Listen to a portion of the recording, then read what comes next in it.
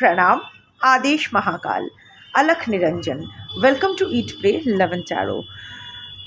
कुछ दिन से मुझे कुछ लोग कमेंट्स पे रिक्वेस्ट डाल रहे हैं कि मैं एक कलेक्टिव रीडिंग करूं कि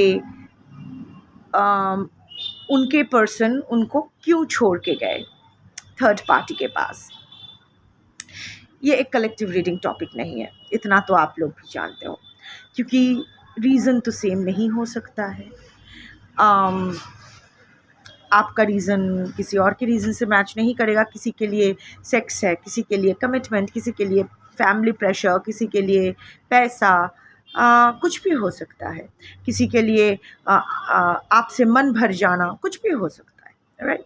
रीज़न कैन बी एनीथिंग। तो एग्जैक्टली वो पिन पॉइंट करना, वो भी कलेक्टिव रीडिंग में, पब्लिक बोल रही थी, कलेक्टिव रीडिंग में, that is not possible. But again मैंने सोचा कि मैं रीज़न अगर नहीं भी देख सकती पर इमोशन देख सकती हूँ। रीज़न अलग अलग हो सकते हैं पर इमोशन सेम हो सकते हैं कि कौन से मनोस्थिति में, कौन से स्टेट ऑफ माइंड में आके आपके पर्सन ने आपको छोड़ा। सुनने में बुरा लगता है बट लेट्स फेस इट, अगर आपने अपने पर्सन को छोड़ा है, this reading is definitely not for you. Situation बहुत ही क्लियर है। आपके पर्सन ने आपको छोड़ा है विदाउट एनी एक्सप्लेनेशन, गोस्ट कर दिया है and went back to the third party, या फिर चोज अ थर्ड पार्टी। अभी ओल्ड थर्ड पार्टी के पास वापस गए हैं या न्यू थर्ड पार्टी चूज़ किया है, मैटर नहीं करता है, but basically chosen the third party over you. आपको अबैंडन कर दिया गया है, शायद गोस्ट करके, ब्लॉक करके, विदाउट एनी एक्सप्लेनेशन गायब हो गए अचानक से, या फिर आपके साथ अभी भी कांटेक्ट में है पर वो बेयर मिनिमम है, महीनों महीनों भर गायब रहते हैं, आपका वो ब्रेड क्रम्बिंग करते हैं। तो ये बहुत ही क्लियर है कि उसने थर्ड पार्टी को ही अपना मेन चिक या व्हाटएवर माना है, वहाँ ही उनका मेन है जो भी है। सो आज वही देखेंगे कि आपके रीज़न आपको ही समझना होगा। ये सेरेलैक नहीं है कि सब कुछ स्पून फीड किया जाए। मैं और जो मैं नहीं कर सकती उसको वो मैं भुजुंग भाजुंग नहीं दूंगी just to get attention of people, वो मैं नहीं कर सकती क्योंकि वो that will be bad karma for myself. इसलिए नहीं मैं बहुत अच्छा इंसान हूँ, इट्स बिकॉज मुझे और बैड कर्मा नहीं करना है। सो लोगों को अगर सही दिशा ना दिखा पाऊँ, उसको गलत दिशा दिखाना भी बैड कर्मा होता है। सो मैं ऐसा कोई काम नहीं करूँगी। तो रीज़न मैं नहीं बता सकती, कलेक्टिव रीडिंग में रीज़न बताना इम्पॉसिबल है कि आपके पर्सन क्यों थर्ड पार्टी को चुना आपको छोड़कर। बट ये मैं ज़रूर बता सकती हूँ कि आपके प्रति उनका मनोस्थिति कैसा बन गया था, कौन सी स्टेट ऑफ माइंड में उन्होंने आपको छोड़ा और थर्ड पार्टी को चुना। But before I begin, I need to protect my energy. So all harm and negativity directed towards me, my YouTube channel and this video by anyone, return to them tenfold with immediate effect. This is my will, so mote it is. Collective reading है, जितना resonate करे उतना रखिएगा, बाकी छोड़ दीजिएगा। हर reading आपके लिए नहीं होगी, हर कार्ड आपके लिए नहीं होगा। एक कार्ड के अगेंस्ट मल्टीपल एनर्जीज आ सकती है क्योंकि कलेक्टिव रीडिंग है। एक जैसा सबका स्टोरी थोड़ी ना हो सकता है, बेस सेम हो सकता है, स्टोरीज अलग होंगी। तो या सो वो यूज़ योर डिस्क्रिशन, कौन सा रीडिंग आपके लिए है, कौन सा रीडिंग आपके लिए नहीं है, या आपसे बेटर कोई नहीं जान सकता है, क्योंकि आपकी मनोस्थिति, आपकी परिस्थिति, आपके पर्सन का नेचर, थर्ड पार्टी का नेचर आपसे बेटर कोई नहीं जान सकता है।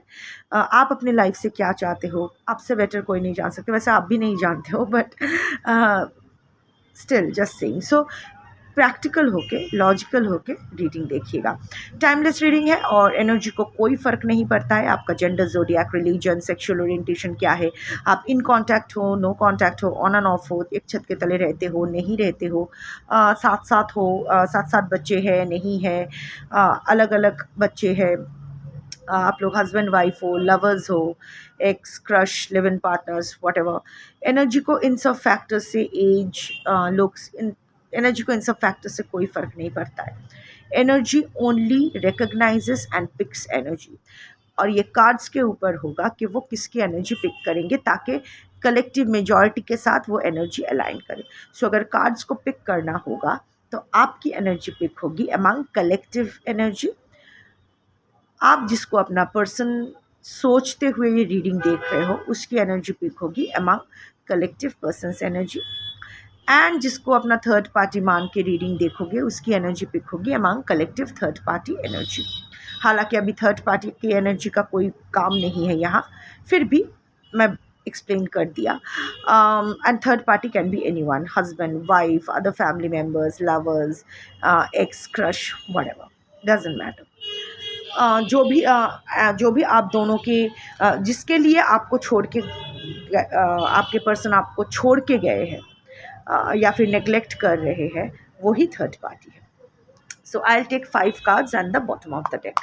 देखते हैं कि कौन सी मनोस्थिति में, कौन सी स्टेट ऑफ माइंड में आपके पर्सन आपको छोड़ के थर्ड पार्टी के पास गए थे, या कौन सी आपके प्रति कौन सा इमोशनल या स्टेट ऑफ माइंड के वजह से वो आपको ड्रॉप करके थर्ड पार्टी को प्रायोरिटाइज किया है, कर रहे हैं।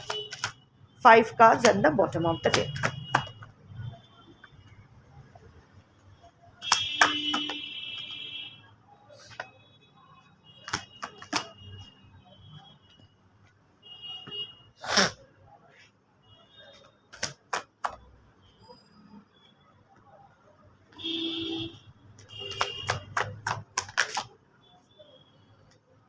बहुत सारे कार्ड्स आ गए।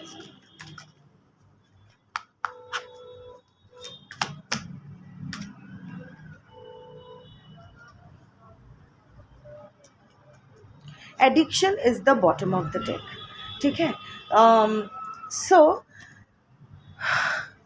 ऑब्सेस्ड, आपके पर्सन को लगा कि you were getting too obsessed with him और हर, नर नारी किन्नर अपने हिसाब से। आपके पर्सन को लग रहा था कि आप बहुत कंट्रोलिंग हो रहे थे, डोमिनेटिंग हो रहे थे, ऑब्सेस्ड हो रहे थे। The codependency was increasing too much, like हर चीज़ में सवाल करना। आप प्लीज़ डोंट गेट ट्रिगर्ड, ये ट्रिगर वाली रीडिंग होने वाली है। अगर आप ट्रिगर्ड फील करते हो तो डोंट वॉच दिस। वैसे ट्रिगर्स हमेशा हमारे अंदर की इनसिक्योरिटीज़ को बाहर लाती है, बट कुछ ट्रिगर्स फॉल्स ट्रिगर्स भी होते हैं। पर the kind of state of जिस तरह का स्टेट ऑफ माइंड में आप लोग हो, मुझे नहीं लगता है कि एक्चुअल ट्रिगर्स और फॉल्स ट्रिगर्स में अभी आप लोग डिफरेंशिएट करने की हालत में हो। For most of you I am talking about, of course exceptions are there. तो अगर ट्रिगर्ड फील करो, प्लीज़, ये कोई बुरा मानने वाली बात नहीं है।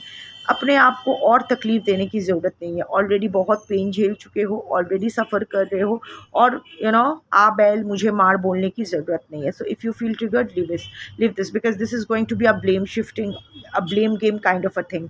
क्योंकि प्लीज़ अंडरस्टैंड, कोई अगर आपको छोड़ के गए हैं तो ऑब्वियसली वो अपना point of view he justify करेंगे। बट अगेन, आप लोग को ही जानना था तो मैंने ये रीडिंग कर रही हूँ।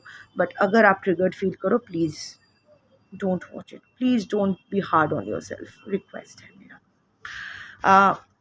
Overall energy is addiction. आपके पर्सन को लगा कि you are totally obsessed with your person, इतना बहुत पॉजेसिव हो गए थे, आप बहुत जेलस फील कर रहे थे, इनसिक्योर फील कर रहे थे। I am not trying to justify, हाँ, अभी मैं उसका कि उसने आपको इनसिक्योर किया ये सब में मैं नहीं जाती हूँ। आई एम नॉट मतलब कन्फ्यूजन नहीं बढ़ाते हैं, सिंपली आपके पर्सन का स्टेट ऑफ माइंड का एनालिसिस करते हैं। तो उनको लगा था कि हर चीज़ में आप बहुत हावी हो रहे थे। इमीडिएट फ़ोन करना है, इमीडिएट मैसेज सीन करके रिप्लाई करना है, कहाँ गए थे, क्या गए थे, हर छोटी छोटी चीज़ पर क्वेश्चन करना, हर छोटी छोटी चीज़ को कन्फ्रंट करना, यकीन ना करना। आप जो समझो, आप उनको लगा कि आप ऐसे बन गए थे कि आपको पता है कि उसके लिए सही क्या है और आपको उसको वही करना होगा, आप उसी में लग गए थे। सो उनके लिए ये हैंडल करना बहुत मुश्किल हो गया था, ये ऑब्सेशन, ये पोजेसिवनेस, ये जेलसी, ये एडिक्शन। तो उनको लगा कि मुझसे नहीं होगा, इससे अच्छा टू मैनी क्वेश्चंस जो वो आंसर नहीं करना चाहते थे, इसीलिए वो ऐसे एक इंसान को चूज़ किए जो उनसे सवाल नहीं करेगा या करेगी, नर नारी किन्नर अपने हिसाब से, जहाँ उसको एक्सप्लेनेशन देने की ज़रूरत नहीं है, जहाँ उसको ये Also, addiction is a card.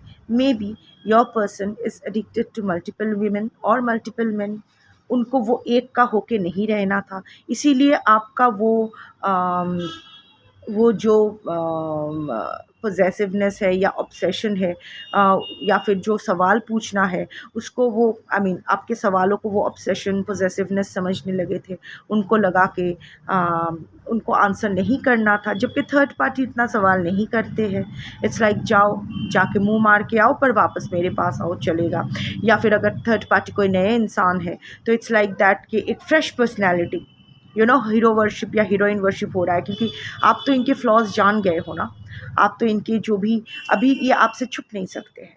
So but नया इंसान के पास अगर वो जाते हैं तो वहाँ एक फिर से वो उनका वो खेल वो चालू कर सकते हैं।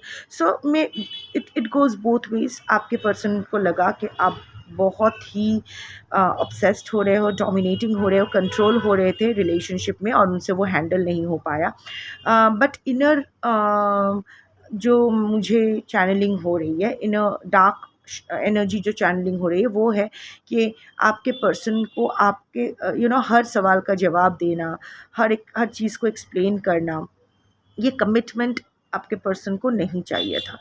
ही or she wanted to be a free bird, कि वो जहाँ भी जाए, जो भी कुछ करे, आपके साथ जब रह रहे आपके साथ रह रहे, पर आपसे आप जब वो दरवाजे के उस पार जा रहे तो वो क्या कर रहे क्या ना कर रहे आपको जानने की ज़रूरत नहीं है। So that was the main reason, overall energy है। First card is seeking perfection.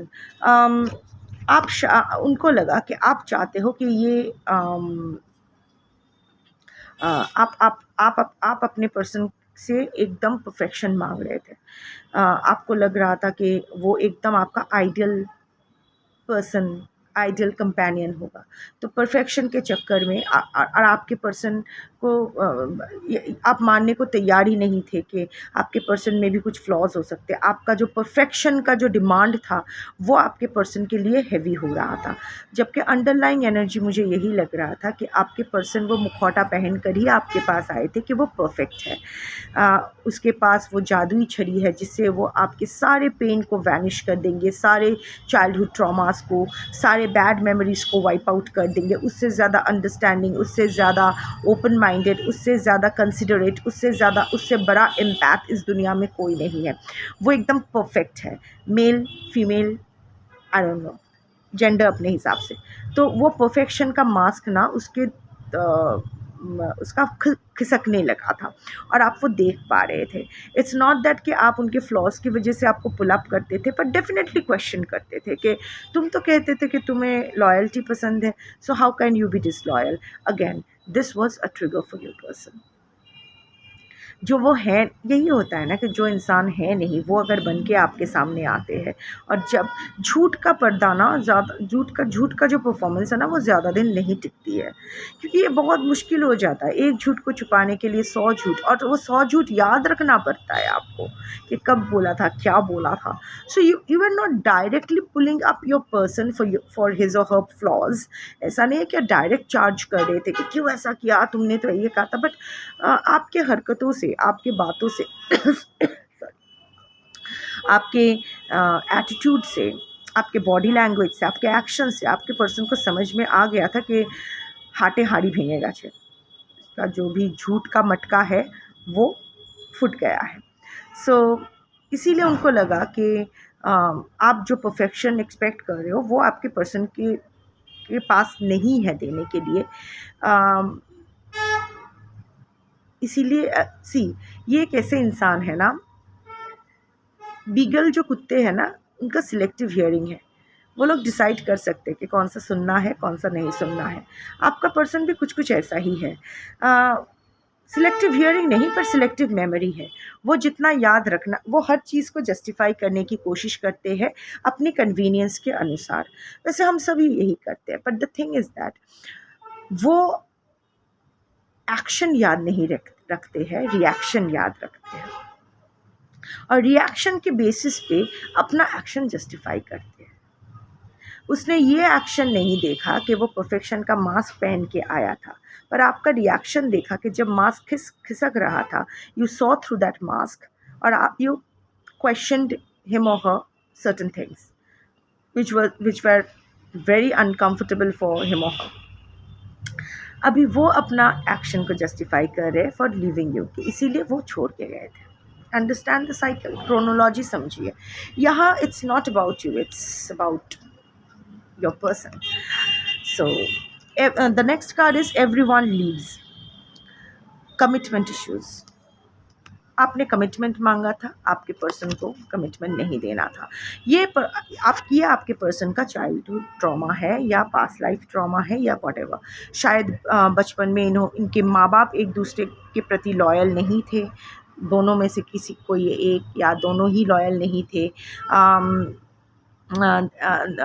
जिन जिन पर आपके पर्सन ने भरोसा किया वो चले गए. शायद इनका जो पहला प्यार था बहुत ही नास्टी तरह से चले गए, जो भी है, या फिर इस जन्म में नहीं तो पास्ट लाइफ ट्रॉमास, समथिंग और the other. So your person has developed this idea कि कमिट नहीं करना है, स्विंगिंग डोर सिस्टम रखना है. लोग आते जाते रहे, जिसके साथ सो उसके साथ जागो मत. कमिटमेंट की ज़रूरत नहीं है, बिकॉज अल्टीमेटली एवरीवन लीव्स. जबकि आप मोर ग्राउंडेड हो, आपको कमिटमेंट चाहिए था, आपको कोई रिकग्निशन चाहिए था, पब्लिक रिकग्निशन चाहिए था आपको. एंड अगर आप already married with each other हो तो येस, आपको चाहिए था, आपको वो घर, वो परिवार, वो आप. बट आपके पर्सन, क्योंकि उनका स्वभाव भी बन गया है कि ऑप्शंस रेडी रखना. सो आपके पर्सन के लिए ये एक कॉन्ट्रडिक्टरी हो गया था कि कमिट नहीं करना है, बिकॉज अल्टीमेटली एवरीवन लिव्स. अगर कमिट करना भी है, अगर शादी कर भी लेते हैं तो भी ज़रूरी नहीं है कि उसी एक शादी में टिके रहो. ऑप्शंस खुला रखो, ताकि अगर बीवी या पति भाग जाए तो I always have a backup. अभी एक चीज़ देखो, थर्ड पार्टी का मुझे नहीं पता है, पर ऑब्वियसली अगर आपसे ये सब इश्यूज़ उनको है, इसका मतलब यही इश्यूज़ थर्ड पार्टी के पास नहीं है. Third party is not looking for that kind of commitment. May be third party तो जो आपसे इश्यूज़ है वो थर्ड पार्टी के साथ नहीं है, इसीलिए वो थर्ड पार्टी के पास गए हैं. Second is eye candy. यहाँ ना 2-3 चीज़ें हैं. एक चीज़ है कि लुक्स माइट मैटर. ठीक है, आपके पर्सन शायद दिखने में बहुत अच्छे हैं, आप शायद दिखने में उतने अच्छे नहीं हो फिज़िकल ब्यूटी वाइज, या फिर आपकी उम्र बढ़ रही है इसीलिए आपके पर्सन को यंगर लव की तरफ झुकाव उनका हो गया है, या आपसे ज़्यादा खूबसूरत किसी के प्रति वह आकृष्ट हो गए हैं, या फिर आप बहुत खूबसूरत हो, फिज़िकल ब्यूटी आपका है, पर क्योंकि आप अभी क्योंकि आप पूरी तरह से रिलेशनशिप में आने से पहले अब बहुत खिले खिले थे, बबली थे एंड ऑल दैट थे, पर रिलेशनशिप में आने के बाद आपके पर्सन ने आपको इतना स्ट्रेस दिया और आप इतने अपने पर्सन के प्रति डेडिकेटेड हो गए, शायद बच्चे हो गए. सो आप काम काज के चक्कर में अपने ऊपर कंसंट्रेट नहीं कर पाए, आप अपना ख्याल ज़्यादा नहीं रख पाए. So your beauty faded that ways. वो होता है ना कि हमारा सब कुछ हमेशा ऐसा चलता है, पर आपके पर्सन के लिए फ़िज़िकल ब्यूटी बहुत मैटर करता है.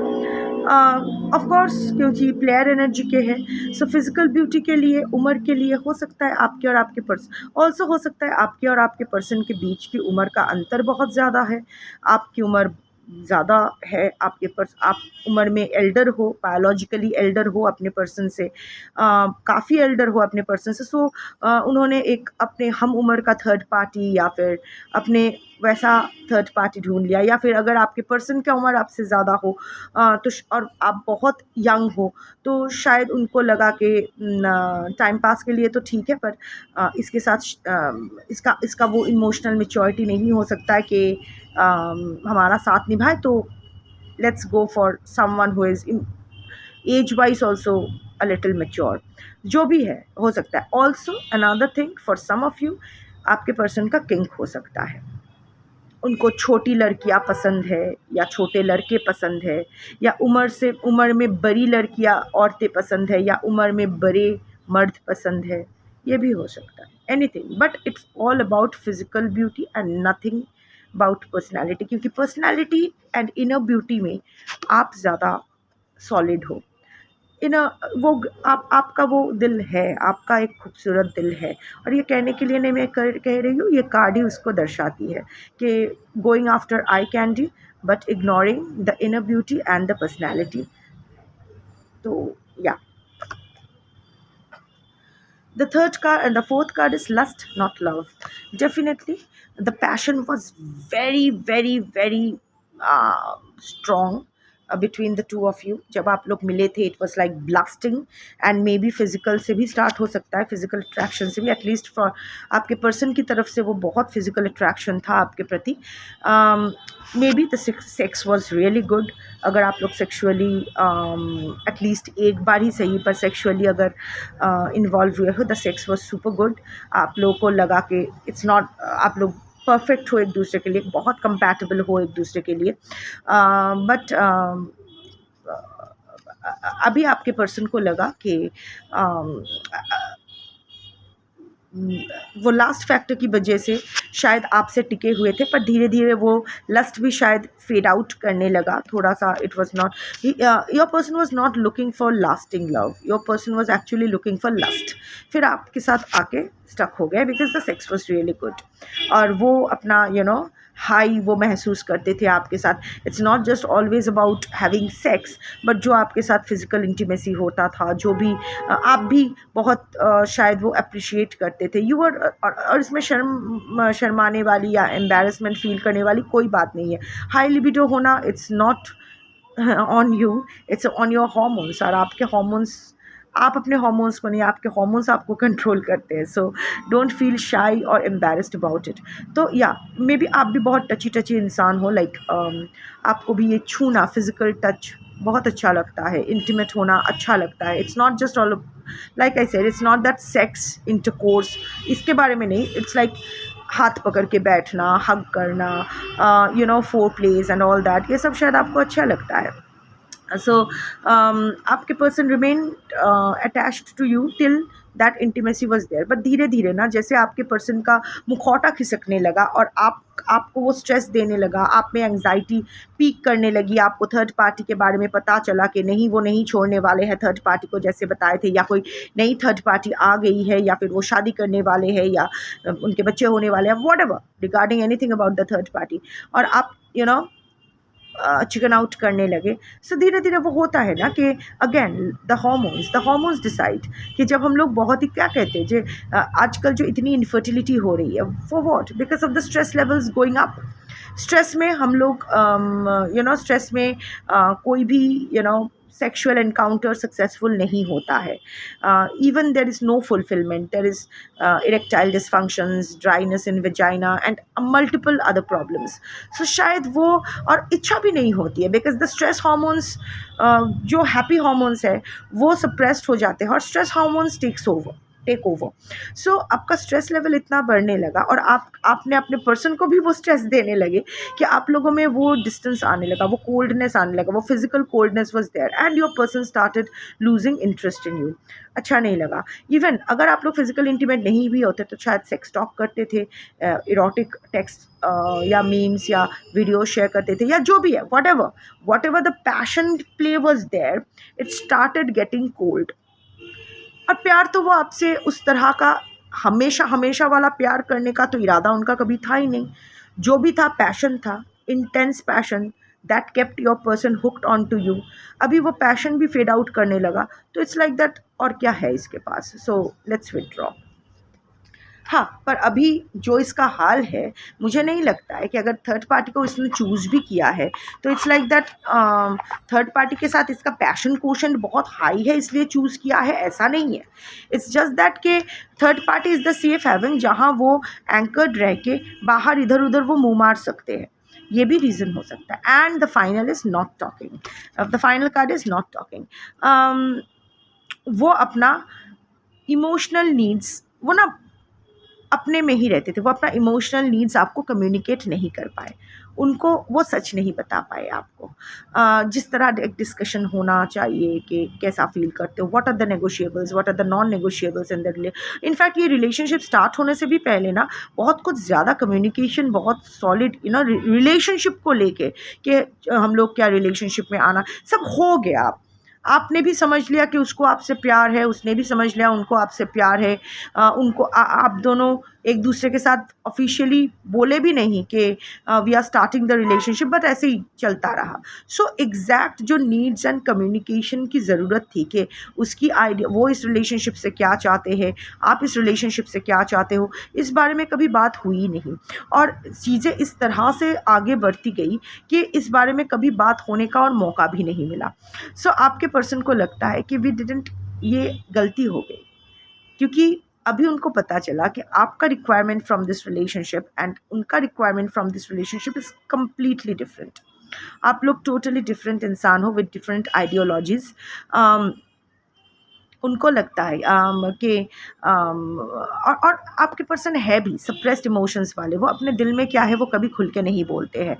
अभी उनको अब तो चीज़ें और इतनी कैओटिक, फिर वो चीज़ें इतनी कैओटिक हो गया, लाइक आप भी ओवर थिंकर हो, आपने अपने मन से सब कुछ समझ लिया, आपको आपने, आपके पर्सन को लग रहा है कि आपने उनको बात करने का मौका ही नहीं दिया।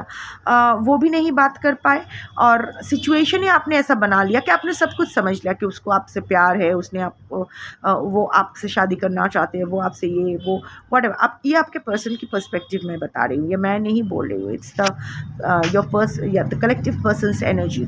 उनको लगा कि ये भी ब्लेम शिफ्टिंग का ही एक पार्ट है। अगर कोई बात करना चाहे तो बात कर ही सकते हैं। किसी ने मुंह पर ऐसे पंजा मार के नहीं रखा है, किसी ने दांत नहीं तोड़ दिया है, जीभ नहीं काट दिया है कि बात नहीं कर सकते। And in today's world there are other ways of communication also, texting, mailing and so on and so forth. हाँ, but of course the best mode of communication is face to face, क्योंकि वहाँ एक दूसरे के एक्सप्रेशन समझ में आता है। नहीं तो हम लोग अगर कोई टेक्स्ट पढ़ते हैं तो हम अपने आवाज़ में पढ़ते हैं, अपने टोन में पढ़ते हैं। Tone is a factor, depends. एक सिंपल सा लाइन टोन की वजह से मीनिंग चेंज हो जाता है। सो यस, आपके पर्सन को बहुत बार ऐसा आप लगता है कि आप बहुत बार उनको लगा कि बैठ के बात करनी चाहिए, कम्युनिकेट करना चाहिए, पर आपने इतना जल्दी इस चीज़, you were so much in a hurry for over this relationship कि आपने कभी ना उनको बोलने का मौका दिया, ना उन्होंने कभी बोल पाए। एंड आफ्टर दैट इतनी क्योटिक हो गया है सॉरी, अभी कहने और सुनने का कुछ है ही नहीं, और कहने, उनको लगता है कि कहने का कोई मतलब भी नहीं था। स्पेशली ये एनर्जी उनके लिए है जिनके पर्सन ने आपको गोस्ट कर दिया है और अचानक से चले गए हैं, या फिर अभी भी झेरे का चना। One second, need some water. Talking की बात हो रही है तो थ्रोट चक्रा में खुश हो रहा है, खिच हो रहा है। सो एनीवे, सो उनको लगा कि अभी आप स्पेशली जिन लोगों ने गोस्ट करके गया है, आपके पर्सन को लगता है कि बोलने का कोई अभी फ़ायदा नहीं है, क्योंकि आप फिर से घुमा फिरा के उनको कन्विंस करने की कोशिश करोगे to stay in the relationship, जो वो नहीं चाहते हैं। तो फिर से आपके बातों में उनको नहीं आना है, इसीलिए विड्रॉ कर गए। अभी एक चीज़ मैं रैपअप से पहले बताना चाहती हूँ। देखो हाउ विल यू नो कि if the person is the right one और the wrong one for you.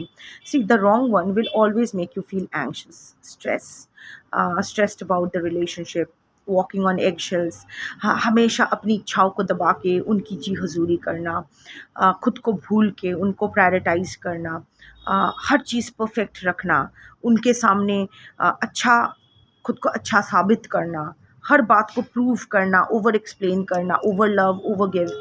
And the right person it's like spontaneous, cool. आप उसके सामने कितना भी मेसी रह सकते हो, डजंट मैटर। रॉन्ग पर्सन हमारे लाइफ में आते हैं, इसका मतलब ये नहीं कि हमसे कुछ गलती हो गई है इसीलिए हमने रॉन्ग वन को पिक कर दिया है। No, our soul chose that as a part of the soul contract, क्योंकि ना pain is the catalyst, pain is what activates our soul, वो soul with that activates our soul contract, to be more precise. Pain में आने के बाद ही हमारी awakening होती है, जो ज़रूरी है हमारा सोल कॉन्ट्रैक्ट फुलफ़िल करने के लिए। इवन अगर सोल कॉन्ट्रैक्ट साइड में भी रखते हैं तो वो अवेकनिंग ज़रूरी होता है to transform ourselves in a better version of ourselves. कभी कभी ना हम लोग स्टक एनर्जी में रह जाते हैं, वो ही ओल्ड अपडेटेड वर्जन होता है ना। कुछ लोग होते हैं अपने फ़ोन के जो एप्स है वो कभी अपडेट नहीं करते हैं, till the phone it itself starts the apps stop working और द फोन स्टॉप्स वर्किंग, फिर जाके नया फ़ोन लेते हैं या फिर अनइंस्टॉल करके फिर नया वर्जन इंस्टॉल करते, झमेला होता है। सो कभी कभी ना हम लोग नहीं करना चाहते, तब यूनिवर्स की तरफ से एक रॉन्ग पर्सन को भेजा जाता है to give that pain. Otherwise लात ना मारो ना, हम लोग कोई भी अपना पिछाड़ा ना हिलाए, सब गाड़ के बैठे हैं एकदम। फेबिक्विक पिछवाड़े हम लोग सब फेबिक्विक लगा के सोफे पे बैठे हैं, उठना ही नहीं है, कंफर्ट जोन में ही रहना है। So without pain there is no gain. इसीलिए बोलता है ना, नो पेन नो गेन। कष्ट को ले केष्ट मिले, कष्ट करने से ही कृष्ण मिलते हैं, यही बोलते हैं। What is Krishna? Krishna liberates, Krishna is मोक्ष, कष्ट इज कर्म। You release your karma and you attain your moksha. That's the symbolism. तो बट कभी कभी ना रॉन्ग पर्सन भी अगर सोल कॉन्ट्रैक्ट उसका वैसा हुआ तो रॉन्ग पर्सन भी हमारे लिए राइट पर्सन बन सकते हैं। हाउ डू यू नो कि जब आप रॉन्ग पर्सन से मिलते हो तो दो चीज़ें होती हैं। इधर आप अपने आप को अपडेट कर देते हो, the pain evolves you, this person, जो भी इस पर्सन से आप पेन आपको मिलता है, चाहे वो डंप कर दे, अगर साथ में आप लोग रह भी रहे हो तो भी you evolve and finally you outgrow the relationship, outgrow the person and you move out of this relationship. या फिर अगर उसने already आपको dump कर दिया है, उसके बाद you evolve yourself, work on yourself, you choose a different path for yourself and you move on with your life. In second option ये होता है कि आपको evolve होते देख आपके वो रॉन्ग पर्सन भी इवॉल्व होते हैं एंड आप दोनों ही इवॉल्व होते हो। एंड व्हेन बोथ, आप दोनों का ही जब अपडेशन, दोनों ही अपने आप का एप्स अपडेट कर लेते हो, फ़ोन यानी कि रिलेशनशिप अच्छे से चलता है। दो अलग अलग ऐप्स हो, अपने आप को फुल्ली एकदम करंट वर्जन में अपडेट कर लिया, अभी फ़ोन सही से, रिश्ता सही से चलेगा। सो इन दैट केस अगर आप लोग एक साथ रह भी रहे हो तो रिलेशनशिप धीरे धीरे सुधरने लगती है। अगर आप लोग का ब्रेकअप हो गया है तो देयर इज़ रिकॉन्सिलिएशन। बट अगर सिर्फ एक इवॉल्व कर रहा है, दूसरा नहीं कर रहा है, तो that relationship perishes. In that case, that wrong person is nothing but a pain catalyst, works as a catalyst for pain in your life, और कुछ नहीं, to awaken yourself. हाँ, क्रेडिट उसका नहीं है। लाइक आई कीप सेइंग कि कोई अगर आपको पत्थर मारते हैं, सो इसलिए नहीं मारते हैं कि आप उस पत्थर से अपने लिए एक बहुत ही स्ट्रॉन्ग बाउंड्री बना लोगे या फिर वो पत्थर तराश के आप शिवलिंग बना के उसकी साधना करोगे, नहीं। वो इसीलिए पत्थर मारते हैं क्योंकि वो चाहते हैं कि आपका खून निकले, आप घायल हो जाओ, आप मर जाओ एंड ऑल दैट। आप उससे शिवलिंग बनाते हो या अपने लिए बाउंड्री बनाते हो, ये आपका क्रेडिट है। एक्चुअली दोनों ही, आप उसका पत्थर मारने में और आपका शिवलिंग बनाने में, दोनों में ही आपका जो सोल, ये सोल कौन, म्याऊ को अभी खाना खिलाने का टाइम आ रहा है तो अभी टाइम नहीं हुआ है।